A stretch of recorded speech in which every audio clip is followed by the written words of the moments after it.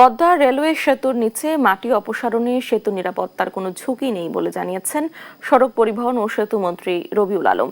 বৃহস্পতিবার সকালে নারায়ণগঞ্জের ফতুল্লার আলীগঞ্জে পদ্মা রেল সেতুর ভায়াডাক্টের নিচে চলমান ডিমোবিলাইজেশন কার্যক্রম পরিদর্শনে এসে কথা বলেন তিনি। আরো বলেন, ভায়াডাক্ট নির্মাণের সময় ভারী যন্ত্রপাতি চলাচলের জন্য অস্থায়ীভাবে ভরাট করা মাটি এখন প্রকল্পের নকশা ও চুক্তি অনুযায়ী অপসারণ করা হচ্ছে।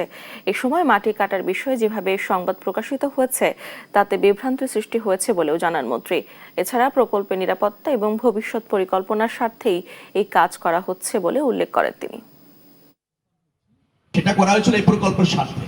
এখন আবারও যদি এমন কোন প্ল্যান ভবিষ্যতে হয় যে এই জায়গায় আরো একটি লাইন করার প্রয়োজন হচ্ছে বা হবে, তখন তো অনেক কিছু বিবেচনা করা যেতে পারে। কিন্তু যত্রতত্র যে কোনো জায়গা ভরাট আর প্রকল্পের অস্থায়ী স্থাপনা সরানো যাবে না, একটা সেন্টিমেন্টকে গুরুত্ব দিয়ে, এটা তো সায়েন্স হতে পারে না, এটা তো ধরেন ওয়াইজ হতে পারে। সেই জায়গা থেকে আমি বলছি যে এই 2.34 কিলোমিটার যেটা আছে সেটা প্রকল্পের স্বার্থেই অপসারণ জরুরি।